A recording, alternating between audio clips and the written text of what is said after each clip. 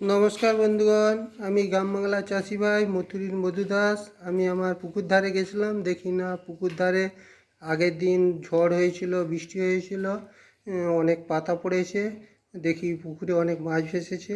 এই দেখুন, মাছ ধরে নিয়ে এসেছি, দুটো জাপানি পুঁটি ধরে নিয়ে এসেছি। দেখো, একটা জাপানি পুঁটির ওজন 2 কেজি করে। এই দেখুন পুঁটিগুলো, দেখুন কি বড় বড় সাইজের পুঁটি। এই দেখুন পুঁটিগুলো, দেখুন পুঁটি, এই দেখুন জাপানি পুঁটি, এক একটা পুঁটির সাইজ 2 কিলো করে। এই দেখুন এই পুঁটিগুলো খেতে খুব সুস্বাদু।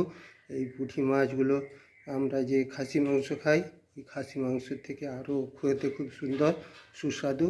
আর বন্ধুগণ, আপনারা বাড়িতে যদি ভালো মাছ খেতে চান, বাড়িতে এরকম জাপানি পুঁটি চাষ করুন। জাপানি পুঁটি খেতে খুব সুন্দর লাগে। আর নমস্কার বন্ধুগণ, আমার এই পুঁটি মাছের ভিডিওটি যদি আপনাদের ভালো লাগে, সবাই একটু একটু করে লাইক দিবেন। এই বলে আমি আমার ভিডিও শেষ করছি।